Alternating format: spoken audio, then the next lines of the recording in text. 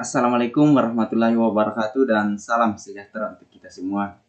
Kembali bertemu dengan saya Merianus dalam video pembelajaran IPS. Pada hari ini kita akan melanjutkan materi kita yaitu di dalam bab 3 bagian C tentang memanfaatkan persaingan sebagai peluang untuk meraih keunggulan ekonomi bangsa. Namun sebelum masuk dalam pembahasan materi, mari kita sama-sama membaca doa sesuai dengan agama dan kepercayaan kita masing-masing. Berdoa dimulai.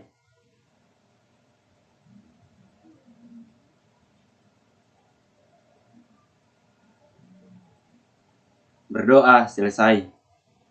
Judul pembahasan kita pada hari ini ialah memanfaatkan persaingan sebagai peluang untuk meraih keunggulan ekonomi bangsa.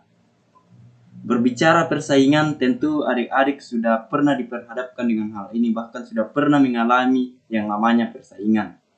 Namun, persaingan ini harus bisa dijadikan, harus bisa dimanfaatkan sebagai peluang untuk meraih sebuah kesuksesan.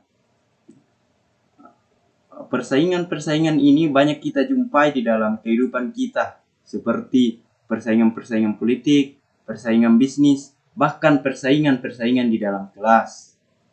Pada minggu yang lalu, kita membahas tentang perdagangan internasional. Nah, di dalam perdagangan internasional ada dua faktor pendukung, yaitu yang pertama teori keunggulan mutlak yang dikemukakan oleh Adam Smith dan teori keunggulan komparatif yang dikemukakan oleh David Ricardo.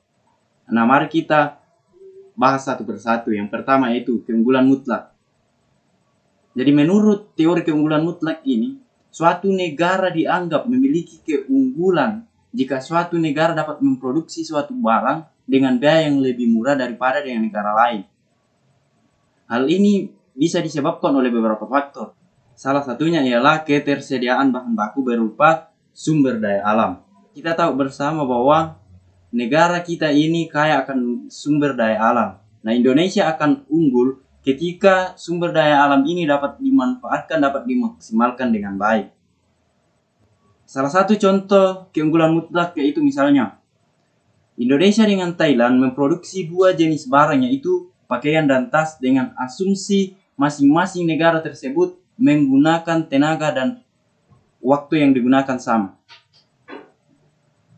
Ternyata Indonesia mampu menghasilkan barang pakaian lebih banyak, sedangkan Thailand menghasilkan tas lebih banyak. Nah, Indonesia memiliki keunggulan untuk menghasilkan pakaian, dan Thailand memiliki keunggulan mutlak untuk menghasilkan tas.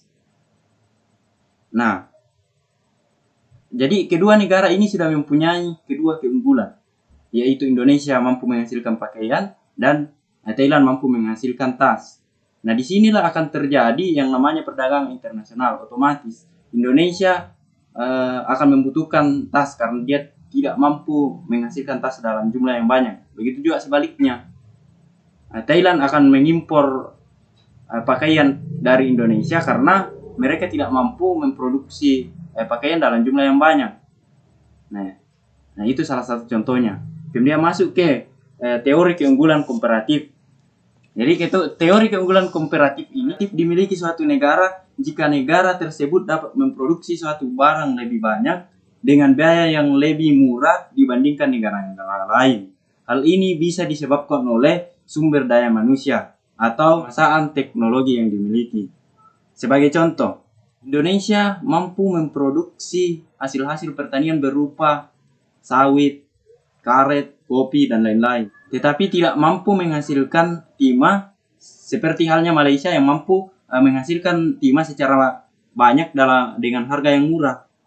Ini artinya Indonesia memiliki keunggulan komparatif dalam memproduksi kopi atau sawit, sedangkan Malaysia memiliki keunggulan komparatif dalam memproduksi timah.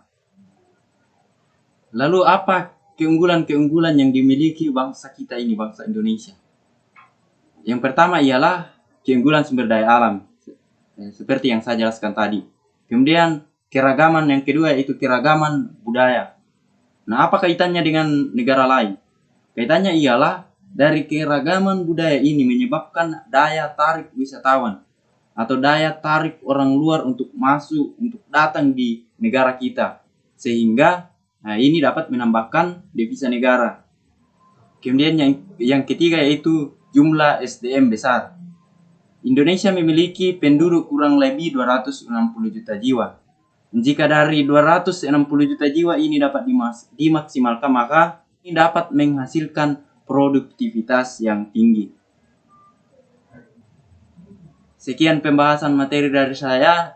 Selanjutnya bagian dia akan dilanjutkan oleh teman saya. Terima kasih.